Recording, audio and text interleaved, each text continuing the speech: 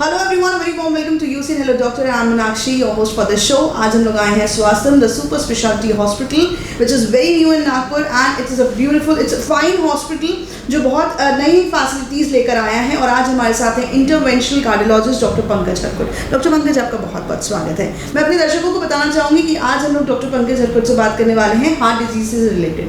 Heart disease में common ऐसी कौन सी डिजीज़ है जो पाई जाती हैं, इसके सिम्टम्स क्या हैं, इसके प्रकार कौन से हैं, इसका ट्रीटमेंट किस प्रकार है, और ऐसे कई मिथ्स हैं जो हमारे दर्शकों के दिमाग में होते हैं, उन्हें भी हम दूर करेंगे डॉक्टर पंकज से बात करके। डॉक्टर पंकज, फिर एक बार आपका स्वागत है। जब हम लोग इंटरवेंशनल कार्डियोलॉजिस्ट की बात करते हैं तो इस टर्म को आप प्लीज़ हमारे दर्शकों के लिए डिफाइन कीजिए। इंटरवेंशनल कार्डियोलॉजिस्ट मतलब अभी बहुत सारी ऐसी बीमारियां हैं हार्ट की जिसको हम इंटरवेंशन के द्वारा ट्रीट कर सकते हैं, मतलब बिना चीरफाड़ किए ट्रीट कर सकते हैं, जिसमें एंजियोग्राफी आता है, एंजियोप्लास्टी आता है। हार्ट की मतलब वाल्व की बहुत सारी ऐसी बीमारियां होती है जिसको हम बलून द्वारा ट्रीट कर सकते हैं बिना वॉल्व रिप्लेसमेंट किए। ये सब जो ट्रीटमेंट आती है वो बेसिकली इंटरवेंशनल कार्डियोलॉजी कहलाती है। और इसको ट्रीट करने वाला जो डॉक्टर कार्डियोलॉजिस्ट होता है, हार्ट का डॉक्टर होता है, उसको इंटरवेंशनल कार्डियोलॉजिस्ट कहा जाता है। डॉक्टर, एक सिनारियो हुआ करता था कि ये सारी डिजीजेज अगर हार्ट से रिलेटेड हम बात करें तो हमारे बड़े बुजुर्गों को ज़्यादा पाई जाती है, लेकिन अभी पूरा सब कुछ चेंज हो चुका है। इट्स उल्टा, अभी हमारे टीनेजर्स भी हैं, टीनेजर्स को भी ये डिजीज़ पाई जाती है। तो हार्ट डिजीज़ इतने यंग एज में आने का कारण क्या मानते हैं आप? तो ये आपने एक सबसे बड़ा मिथ बस्ट किया है कि हार्ट डिसीज़ जो होता था सिर्फ बुजुर्गों में होता था। ये ऐसा बहुत लोगों के मन में अभी भी ऐसी गलत धारणा है कि ये सिर्फ बुजुर्गों की बीमारी है, जो हार्ट में ब्लॉकेजेस होता है, पर ऐसा नहीं है। अगर हम आज का स्टैटिस्टिक्स देखें तो जो 30% हार्ट अटैक होते हैं वो 40 साल के कम पेशेंट्स में होते हैं। तो इसकी जो कारण अगर हम देखें तो बहुत सारे जो हमारी जीवन शैली बदली है, लाइफस्टाइल चेंज हुआ है, वो एक सबसे बड़ा कारण है इसका। हमारा जो खान पान में बदलाव आया है, जो हमारा मतलब जंक फूड जो हम खा रहे हैं, उसकी वजह से जो कोलेस्ट्रॉल बढ़ रहा है, उसकी वजह से ब्लॉकेजेस की बीमारी ये काफ़ी कम उम्र में आ रही है। दूसरा एक है कि लैक ऑफ एक्सरसाइज, मतलब जो हमारी जीवन शैली है उसमें बैठना इतना ज़्यादा हो गया है कि एक्सरसाइज बहुत कम हो गई है। इसलिए अभी तो ऐसा कहा जाता है कि sitting has become smoking of our generation. मतलब अगर आप 8 घंटे दिन में बैठते हैं तो उसका जो रिस्क है वो एक स्मोकर का जितना रिस्क होता है उतना सेम रिस्क है। तो इसलिए ये सब बेसिकली जो यंग एज में हार्ट डिसीज़ हो रहा है, ये बेसिकली कहीं ना कहीं हमारे जीवन शैली से जुड़ी हुई है। We are so much running towards our career कि हम लोग कुछ ध्यान नहीं देते हैं, हमारे मील्स पे ध्यान नहीं देते हैं, एंड हमें जो मिलता है हम वो खा लेते हैं, हमारा पेट भर लेते हैं, बट मील पे ध्यान देना, हमारे एक लाइफस्टाइल को मेंटेन करना is very important. Doctor, heart disease की बात करते हैं तो व्हाट आर द टाइप्स, प्रकार की अगर बात करें तो? अगर हार्ट डिसीज़ के बारे में बात किया जाए तो सबसे पहले हार्ट की मतलब एक हाइपरटेंशन एक बीमारी है जिसकी वजह से अगर हार्ट में फूलन आ जाती है, थिकनेस बढ़ जाती है, उसको हम हाइपरटेंसिव हार्ट डिसीज़ कहते हैं। फिर एक बीमारी होती है कि अगर किसी वजह से हार्ट का पंपिंग कैपेसिटी कम हो जाती है, उसको हम कार्डियोमायोपैथी करते हैं, जिसकी वजह से कि हार्ट जितना ब्लड आता है उसको ठीक तरीके से पंप नहीं कर पाता है। और फिर कुछ बीमारियां होती है, वाल्व की बीमारी होती है। अगर वाल्व का काम क्या होता है कि ब्लड एक तरफ से दूसरी तरफ जाना चाहिए और पीछे फिर से नहीं आना चाहिए, तो इसमें 2 तरह की तकलीफ हो सकती है। वाल्व अगर ठीक से खुल नहीं रहा है या वाल्व अगर ठीक से बंद नहीं हो रहा है तो उसकी वजह से लीकेज हो सकते हैं, तो ये वाल्व की बीमारी है। और कुछ बीमारी पैदाइशी होती है जिसको कंजेनाइटल हार्ट डिसीज़ बोलते हैं। ये सब बीमारियों के बाद ये सब बीमारियां जो होती है सिर्फ 10% बीमारियां होती है। 90% जो बीमारी होती है हार्ट की वो होती है हार्ट के नसों को जो ब्लड सप्लाई करने वाले वेसल्स होते हैं, उनमें अगर ब्लॉकेजेस आए तो वो जो बीमारी है जिसको हम हार्ट अटैक या कोरोनरी आर्टरी डिसीज़ की जो बीमारी है वो बेसिकली मतलब ये होती है। तो ये अल्टीमेटली ये सभी बीमारियों की वजह से फाइनल क्या होता है कि हार्ट फेलियर होता है, हार्ट की जो काम करने की क्षमता है वो कम होती है। तो अल्टीमेटली ये 5-6 प्रकार की बीमारियां होती है और जिसकी वजह से हार्ट फेलियर टर्मिनली होता है। कॉमन है जो बहुत ज़्यादा पाए जाते हैं, आप डे टू डे इतने पेशेंट्स को ट्रीट करते हैं? तो वही सबसे ज़्यादा जो बीमारी पाई जाती है वो हार्ट में ब्लॉकेजेस की बीमारी पाई जाती है, सबसे कॉमन बीमारी है। सिम्टम्स की अगर बात करें डॉक्टर, सिम्टम्स क्या किस प्रकार रहते हैं? हार्ट के जो सिम्टम्स रहते हैं, सबसे पहले अगर हम देखा जाए कि ब्लॉकेजेस की वजह से हार्ट में एक चेस्ट पेन हो सकता है, फिर हार्ट में चलते समय सांस फूलने की तकलीफ हो सकती है, कभी कभी इन सब चीज़ों की वजह से अगर हार्ट फेलियर होता है तो पैरों पे सूजन आना, ये सब चीज़ें हो सकती है। कभी कभी अगर ब्रेन को ब्लड सप्लाई कम पहुंचता है, हार्ट की अगर कार्यक्षमता कम हो तो हमको सिंकोप आ सकता है, मतलब मूर्छावस्था आ सकती है, हमको समझ में नहीं आएगा और बार बार हमारी जो शुद्ध है वो खो सकती है, तो इसको सिंकोप कहते हैं। तो ये सब चीज़ें हार्ट की वजह से, कभी कभी धड़कन तेज होना, पाल्पिटेशन जिसको कहते हैं, ये सब हार्ट के बीमारी के लक्षण हो सकते हैं। पर इसमें सबसे कॉमन जो है वो चेस्ट पेन है। और चेस्ट पेन के बारे में बात की जाए तो बहुत बार ऐसा होता है, ये जो चेस्ट पेन होता है हम इसको निगलेक्ट करते हैं या फिर इसको सोचते हैं कि ये एसिडिटी की वजह से चेस्ट पेन है। तो ये बहुत ज़रूरी है यहाँ पे कि हर चेस्ट पेन को हम ये पहले समझ ले कि ये हार्ट की वजह से है या एसिडिटी की वजह से है।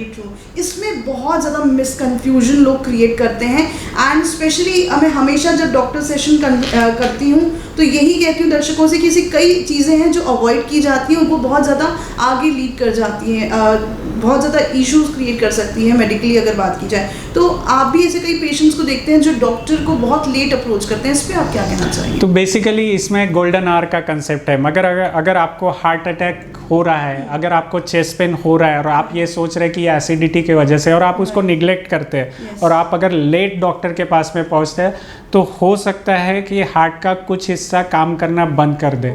इसलिए हम लोग कहते हैं टाइम इज़ मसल, मतलब आप जितना जल्दी डॉक्टर के पास में पहुंचोगे उतने आपकी हार्ट की मसल को ट्रीटमेंट द्वारा बचाया जा सकता है। और एक बार जो हार्ट का हिस्सा अटैक की वजह से कमज़ोर हो गया, उसको फिर से लाने का कोई भी इलाज नहीं है। इसीलिए यहाँ टाइम बहुत ज़रूरी है। इसीलिए कोई भी हार्ट के सिम्टम्स को निगलेक्ट नहीं करना है ये सोचकर कि ये एसिडिटी की वजह से होगा। और स्पेशली तब अगर रिस्क फैक्टर्स है, अगर आप डायबिटिक है, हाइपरटेंसिव है, स्मोकिंग करते हैं, ये चीज़ों के साथ में अगर आपको चेस्ट पेन है तो उसको कभी भी निगलेक्ट मत कीजिए। जल्दी से जल्दी आपके नज़दीक के डॉक्टर द्वारा ईसीजी कराइए। और ईसीजी अगर नॉर्मल है तो हो सकता है कुछ टेस्ट और करना पड़े, पर अगर एबनॉर्मल है तो आपको भर्ती होकर इलाज शुरू करना चाहिए। ओके, अब आएंगे डायग्नोस की तरफ। क्या प्रोसीजर रहता है डायग्नोस का? डायग्नोसिस में देखिए पेशेंट किस तरीके से आ रहा है उसमें बहुत इंपॉर्टेंट है। अगर पेशेंट एक्यूटली आ रहा है, मतलब मुझे अभी 10 मिनट पहले या आधे घंटे पहले से चेस्ट पेन है, तो उस समय हम ईसीजी करते हैं, हार्ट के कुछ एंजाइम्स की टेस्ट करते हैं और ये देखते हैं कि ये लक्षण हार्ट अटैक की वजह से है क्या। पर अगर ये धीरे धीरे आने वाले सिम्टम्स हैं, मतलब मुझे कुछ दिनों से तकलीफ़ हो रही है, मुझे कुछ दिनों से सांस फूल रही है, चेस्ट पेन हो रहा है, तो फिर हमारा टेस्ट करने का तरीका थोड़ा अलग होता है। फिर हम ईसीजी करते हैं जो कि बहुत बार नॉर्मल आएगा। फिर हम लोग देखते हैं कि इकोकार्डियोग्राफी करते हैं, हार्ट का पंपिंग कितना है, हार्ट का स्ट्रक्चर कैसा है। Basically echocardiography is a sonography of heart, वो देखते हैं। फिर उसके बाद में हम करते हैं ट्रेडमिल टेस्ट। अगर ईसीजी नॉर्मल है तो ट्रेडमिल मतलब एक दौड़ाते समय मरीज का ईसीजी लिया जाता है और इस ईसीजी में अगर कुछ एबनॉर्मेलिटी मिलते हैं तो फिर हमारे को करना होता है एंजियोग्राफी। एंजियोग्राफी में हम लोग ये देखते हैं कि हार्ट के किस नस में ब्लॉकेज है, कितना ब्लॉकेज है और उसको किस तरीके से ट्रीट किया जा सकता है। तो ये एक बैटरी ऑफ टेस्ट है कि हम लोग ईसीजी, इकोकार्डियोग्राफी, ट्रेडमिल और एंजियोग्राफी। और फिर इसके बाद में एक ये होता है कि कुछ रिस्क फैक्टर के लिए ब्लड टेस्ट की जाती है कि कोलेस्ट्रॉल बढ़ा हुआ है क्या, शुगर बढ़ा हुआ है क्या, थायराइड का प्रॉब्लम है क्या, क्योंकि ये सब भी चीज़ें अल्टीमेटली हार्ट डिसीज़ को मतलब बुलावा देती है। तो इसलिए ये भी इन्वेस्टिगेट करना काफ़ी ज़रूरी होता है। ओके डॉक्टर, कहीं ना कहीं बहुत सी चीज़ों पे ध्यान देना बहुत ज़रूरी है और आज की यंग जनरेशन जो लाइफस्टाइल इतनी बिगाड़ चुकी है, तो किन बातों का ज़रूरी है ध्यान देना कि अगर ऐसे सिम्टम्स होते हैं, कुछ अलार्मिंग सिम्टम्स होते हैं, तो डॉक्टर को तुरंत अप्रोच करना ज़रूरी है? तो इसमें जो सिम्टम्स हमने देखे अभी तक कि चेस्ट पेन अगर ऐसा सिम्टम्स है जो अगर आपको बार बार हो रहा है, आपकी सांस बार बार फूल रही है, आपको चलते समय कुछ जलन लग रही है या खाने के बाद सीने में जलन लग रही है, धड़कन तेज हो रही है, तो इन सिम्टम्स को कभी भी निगलेक्ट मत कीजिए। अगर आपकी फैमिली हिस्ट्री पॉजिटिव है, मतलब आपके फादर मदर को हार्ट डिसीज़ है, डायबिटीज़ है या फिर आपके सिबलिंग्स में किसी में हार्ट की बीमारी है, तो आपको इन सिम्टम्स को बिल्कुल भी निगलेक्ट नहीं करना है। Okay, true. अगर जैसे हम लोग एसिडिटी और हार्ट डिजीज़ जो लोग मिक्स कर देते हैं, इसको थोड़ा सा अगर डिफरेंशिएट करने की कोशिश करें तो बेसिकली मेरे हिसाब से इसको डिफरेंशिएट हमने हमारे लेवल पे नहीं करना है, मरीज ने अपने लेवल पे नहीं करना है। ये हमेशा डिसीजन डॉक्टर्स पे छोड़ना है, क्योंकि बहुत बार ऐसा भी होता है कि हम डॉक्टर लोग ईसीजी करने के बाद भी कंफ्यूज रहते हैं कि ये हार्ट अटैक की वजह से या इसकी एसिडिटी की वजह से, इस समय फिर हम करते हैं सीरियल ईसीजी। मतलब एक ईसीजी अगर नॉर्मल है और फिर भी मुझे क्लिनिकली लग रहा है कि नहीं ये हार्ट अटैक हो सकता है, तो ऐसे मरीज को मैं अस्पताल में रखता हूँ, उनका सीरियल ईसीजी करता हूँ, कुछ ब्लड टेस्ट करता हूँ। तो ऐसा बहुत मतलब एडवाइजेबल नहीं है कि आप अपने लेवल पे ये डिसीजन ले कि ये चेस्ट पेन हार्ट पे एक मतलब हार्ट अटैक की वजह से या एसिडिटी की वजह से। फिर भी अगर आपको मतलब कुछ गैस्ट्रिक सिम्टम्स ज़्यादा लग रहे हैं तो हो सकता है ये एसिडिटी की वजह से हो, पर मेरा एडवाइस यही रहेगा कि कभी भी इसे निगलेक्ट मत कीजिए, कभी भी सेल्फ डायग्नोज मत कीजिए और सेल्फ ट्रीट मत कीजिए। ट्रीटमेंट की तरफ रुक करते हैं डॉक्टर, ट्रीटमेंट के क्या प्रोसीजर है? ट्रीटमेंट में सबसे पहले हमको ये डायग्नोसिस करना होता है एंजियोग्राफी द्वारा कि ब्लॉकेजेस कहाँ हैं और कितने हैं और कैसे हैं। अगर मरीज डायबिटीज़ नहीं है और ब्लॉकेजेस कम जगह पे है या फिर ब्लॉकेजेस बहुत छोटे छोटे हैं, तो ऐसे मतलब ब्लॉकेजेस का ट्रीटमेंट हम लोग एंजियोप्लास्टी द्वारा कर सकते हैं। एंजियोप्लास्टी एक ऐसा तकनीक है, मतलब आज अगर बात किया जाए मेडिकल वर्ल्ड में तो it is a most commonly perform medical procedure. तो हर किसी को हमको पता है कि एंजियोग्राफी क्या होता है और एंजियोप्लास्टी क्या होता है। तो एंजियोप्लास्टी मतलब बेसिकली एक कैथेटर होता है जो हार्ट तक पहुंचता है, उसमें से हम वायर डालते हैं और जहाँ पे ब्लॉकेजेस है वहाँ बलून को फुलाकर उस ब्लॉकेज को कम करते हैं, और ये फिर से ब्लॉकेज नहीं आए इसके लिए वहाँ पे एक मेटेलिक मेश डालते हैं जिसको कि स्टेंट कहा जाता है, और फिर ये ब्लॉकेजेस कम करते हैं। इसके बाद में मतलब ये तो एंजियोप्लास्टी का प्रोसीजर हो गया। इसके बाद में मरीज को दवाई हमेशा लेना है, एक्सरसाइज हमेशा करना है, और जो डाइट बताया गया है वो हमेशा लेना है। ये हो गया एक पद्धति जिससे हम हार्ट को मतलब हार्ट के ब्लॉकेजेस को ट्रीट करते हैं। दूसरी मेथड है बाईपास सर्जरी। बाईपास सर्जरी भी मतलब उन्हीं मरीजों में की जाती है जिनमें अगर डायबिटीज़ का प्रमाण ज़्यादा हो या फिर ब्लॉकेजेस काफ़ी लंबे हो या फिर ब्लॉकेजेस तीनों नसों में हो, तो उस समय बाईपास सर्जरी का ज़रूरत पड़ती है। लेकिन यहाँ भी मेरा कहना यही है कि टेक्नोलॉजी इतनी इम्प्रूव हो गई है कि जो चीज़ें हम पहले बाईपास द्वारा ट्रीट करते थे उनको अब हम एंजियोप्लास्टी से ट्रीट कर सकते हैं। तो जिन मरीजों को बाईपास की ज़रूरत है वो काफ़ी कम होते जा रहे हैं, और एंजियोप्लास्टी द्वारा ब्लॉकेजेस की ट्रीटमेंट काफ़ी अच्छे तरीके से और काफ़ी एडवांस तौर पर हम कर सकते हैं। अभी बहुत ज़्यादा मेडिकल फील्ड एडवांस हो चुकी है। We have everything, each and every facility available, और कहीं ना कहीं हमें बाहर जाने की ज़रूरत नहीं पड़ती है। Doctor, when is surgery important? देखिए बहुत सारा ये बहुत इम्पॉर्टेंट क्वेश्चन है कि सर्जरी कब कराना चाहिए, और इसके बारे में मीडिया में भी बहुत सारी चीज़ें हम लोग आजू बाजू में देखते हैं कि बाईपास टालिए, बाईपास टालिए, ये बहुत बड़ा ये होता है। तो इसमें ये जानना बहुत ज़रूरी है कि कब हमको बाईपास ज़रूरी है। तो सबसे इम्पॉर्टेंट है अगर डायबिटीज़ है, ब्लॉकेजेस तीनों नसों में है, ब्लॉकेजेस हार्ट की मेन नस में है, तो बाईपास सर्जरी के जो रिजल्ट्स होते हैं वो काफ़ी अच्छे होते हैं एंजियोप्लास्टी के बजाय। ओके, ऐसे कई मिथ्स हैं डॉक्टर कि लोगों को हार्ट डिजीज से रिलेटेड कि बाईपास को भी लेकर बहुत ऐसी गलत धारणा है लोगों के दिमाग में। ऐसे कौन से कॉमन मिथ हैं? आपके पास इतने पेशेंट्स आते रहते हैं रेगुलर और कई सवाल लेकर आते होंगे जिन्हें दूर करना बहुत ज़रूरी है। तो काफ़ी सारे ऐसे मिथ्स रहते हैं, जैसे कि सबसे बड़ा मिथ ये रहता है कि मेरा एंजियोप्लास्टी या बाईपास हो गया, अभी मुझे कोई ट्रीटमेंट लेने की ज़रूरत नहीं है। तो ये बहुत बड़ा मिथ है। एक बार अगर आपको हार्ट की बीमारी है, आपका इलाज हो जाता है, फिर भी उसके बाद 3 चीज़ें हमको करना ज़रूरी है। मतलब वहाँ ट्रीटमेंट ख़त्म नहीं होता है, वो ट्रीटमेंट का एक पार्ट ख़त्म हुआ है, उसके बाद भी हमारे को दवाई लेना ज़रूरी है, उसके बाद भी हमारे को जो हमारे रिस्क फैक्टर्स है उनको कंट्रोल करना ज़रूरी है, जो डाइट है उसको मॉडिफिकेशन करना ज़रूरी है, डाइट में कोलेस्ट्रॉल कम करना है, शक्कर की मात्रा कम करना है, और एक्सरसाइज शुरू करना है। अगर आप पहले नहीं करते थे तो आपको एक्सरसाइज का एक प्रोग्राम शुरू करना है। तो कोई भी सर्जरी या एंजियोप्लास्टी हार्ट डिसीज़ के ट्रीटमेंट का एंड नहीं है, वो बल्कि एक पड़ाव है, और उसके बाद में एक हमको अच्छी ज़िंदगी की शुरुआत करना है। तो ये काफ़ी एक कॉमन मिथ है। उसके बाद में एक मिथ ये रहता है कि जो दवाइयाँ और ये है, अगर ब्लड प्रेशर मेरा दवाइयाँ मैं लेता हूँ और ब्लड प्रेशर कंट्रोल हो जाता है, तो बहुत बार मरीज ऐसा सोचता है कि अब मेरे को दवाई की क्या ज़रूरत है। अच्छा। क्योंकि वो लोग कोरिलेट करते हैं उसको बाकी बीमारियों से। मुझे बुखार था, मैंने बुखार का ट्रीटमेंट लिया, मेरा बुखार चला गया, मेरी दवाई बंद हो गई। पर ब्लड प्रेशर के बारे में ऐसा नहीं है। मुझे ब्लड प्रेशर है, मैंने दवाई ली, मेरा ब्लड प्रेशर नॉर्मल आया, यहाँ ब्लड प्रेशर की दवाई बंद करना नहीं है, यहाँ आपको कंटिन्यू करना है, आपको ब्लड प्रेशर मॉनिटर करना है और फिर सोचना है कि मुझे दवाई कम ज़्यादा क्या करना है। तो ये मॉनिटरिंग इम्पॉर्टेंट है। यहाँ ये नहीं है, ये जो जो डायबिटीज़, ब्लड प्रेशर, ये जो लाइफस्टाइल रिलेटेड डिजीजेस है, इनकी ट्रीटमेंट कहीं ख़त्म नहीं होती है, ये कंटिन्यूस प्रोसेस है। इसको हमें हमेशा, तो ये गलत धारणा है, ये बहुत बड़ा मिथ है कि बीपी कंट्रोल हो गया, शुगर कंट्रोल हो गया और मुझे अभी दवाई बंद करना है। नहीं, बिल्कुल नहीं। मेडिकेशंस के थ्रू हार्ट डिजीजेस ट्रीट की जा सकती हैं? डेफिनेटली ट्रीट की जा सकती है। जैसा कि मैं बार बार कह रहा हूँ, medication is important part of treatment, even after angioplasty, even after bypass surgery. जो ब्लॉकेजेस कम होते हैं, मतलब अगर 70% से कम ब्लॉकेजेस है तो सिर्फ और सिर्फ दवाई से आपका काम हो सकता है। पर इस समय ये ज़रूरी है कि ये दवाई ठीक से लिया जाए, दवाई में कहीं भी इंटरप्शन ना हो और हम बार बार हमारे जो रिस्क फैक्टर्स है, डायबिटीज़, ब्लड प्रेशर, कोलेस्ट्रॉल, इनको मॉनिटर करते रहें।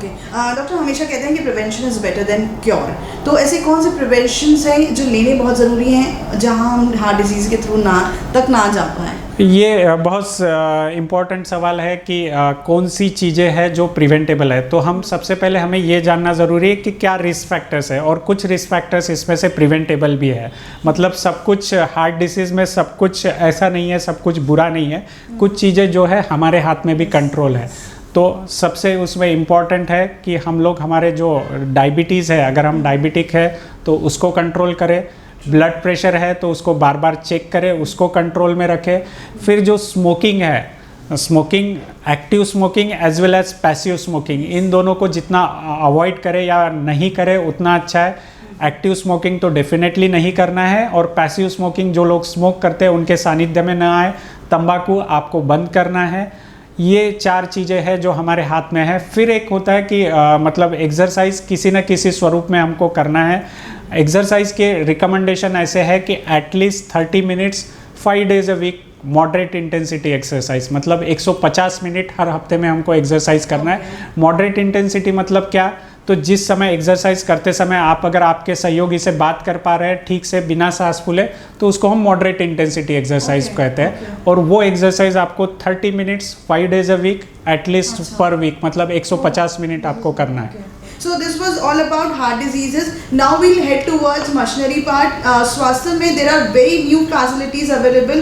कैसी है वो मशीनरी और किस प्रकार ट्रीटमेंट में इस्तेमाल होती हैं जानेंगे। तो डॉक्टर पंकज के साथ हम हेड टूवर्ड्स करेंगे मशीनरी पार्ट की तरफ। सो जैसे कि हमने डॉक्टर पंकज से बहुत सारी बातें की अबाउट हार्ट डिजीज़ की, किस तरह की हार्ट डिजीज़ कॉमन पाई जाती है, उसका ट्रीटमेंट किस प्रकार है, डायग्नोस किस प्रकार है। आज हम आए हैं स्वास्थ्य के कैथ लैब में। डॉक्टर, उससे पहले मैं जानना चाहूँगी कि सिटी एंजियोग्राफी और नॉर्मल, इसमें क्या डिफरेंस है? तो ये जो क्वेश्चन है कि सीटी एंजियोग्राफी, बहुत मरीजों के मन में भी रहता है कि सीटी एंजियोग्राफी द्वारा मेरा डायग्नोसिस हो सकता है क्या? मुझे नॉर्मल एंजियोग्राफी जो कि कैथ लैब में की जाती है उसकी कितनी ज़रूरत है? तो सीटी एंजियोग्राफी एक ऐसी मोडेलिटी है जिसमें अगर हार्ट डिसीज़ होने की संभावना अगर कम है तो हम लोग सीटी एंजियोग्राफी एडवाइस करते हैं, ताकि जस्ट रूल आउट करना है कि हार्ट डिसीज़ है या नहीं है। उस केस में सीटी एंजियोग्राफी एडवाइजेबल है और वो सीटी स्कैन द्वारा की जाती है। लेकिन उसमें भी डाई की ज़रूरत होती है और उसमें भी रेडिएशन रहता है।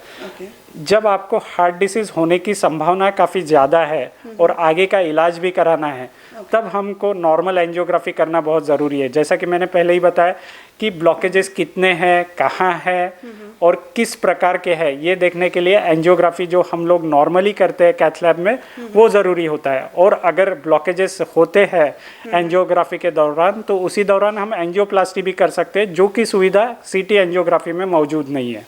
Okay, if you talk about Swasthyam, आपने कई ऐसी मशीनरी स्वास्थ्य में ले आई हैं, there are so many new facilities, इसके बारे में अगर आप बताना चाहें। तो स्वास्थ्यम के बारे में जैसे कि मैंने बताया कि यहाँ पे जो कैथ लैब है वो सेंट्रल इंडिया की फर्स्ट और इंडिया की सेकंड कैथ लैब है, जिसमें कि आईवस एक ऐसी मोडेलिटी है और एफएफआर वो इस कैथ लैब में इंटीग्रेटेड है।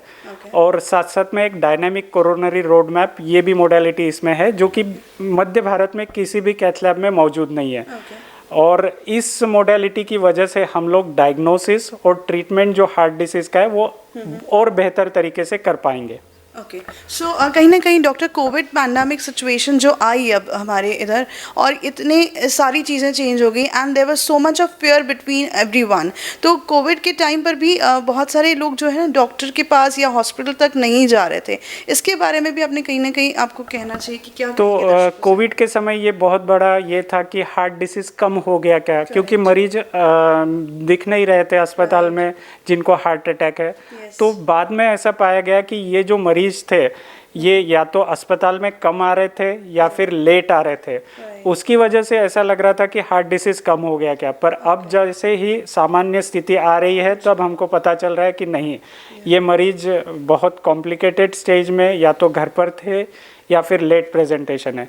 पर अभी जैसे जैसे स्थिति सामान्य हो रही है वैसे वैसे ये मरीज अस्पताल में आ रहे हैं। Thank you so much doctor Pankaj, आपकी ये सारी इन्फॉर्मेशन कहीं ना कहीं हमारे दर्शकों को ज़रूर काम आई होगी। और जैसे कि डॉक्टर ने कहा कि अभी कोविड सिचुएशन जो है वो ख़त्म नहीं हुई है, it's still there, but normal life हम लोग थोड़ा थोड़ा कहीं ना कहीं अब हो चुके हैं। We are actually heading towards a normal life. Precautions लेने बहुत ज़रूरी है, गवर्नमेंट की गाइडलाइंस फॉलो करना बहुत ज़रूरी है। बट येस, अगर आपको कोई भी सिम्टम ऐसे नज़र आते हैं रिलेटेड हार्ट या फिर वैस्कुलर प्रॉब्लम्स अगर होती हैं तो you can head towards Swasthyam, because अब नागपुर में ऐसा कुछ नहीं है जहां आपको मेडिकल फैसिलिटीज़ ना मिले। You have to head towards Swasthyam and we have each and every facility available here. So yes, बस इतना ही कहूँगी, अपना ख्याल रखें, अपनों का ख्याल रखें। सो मुझे दीजिएगा इजाज़त, फिर मिलेंगे किसी और स्पेशलिस्ट के साथ। तब तक के लिए नमस्कार।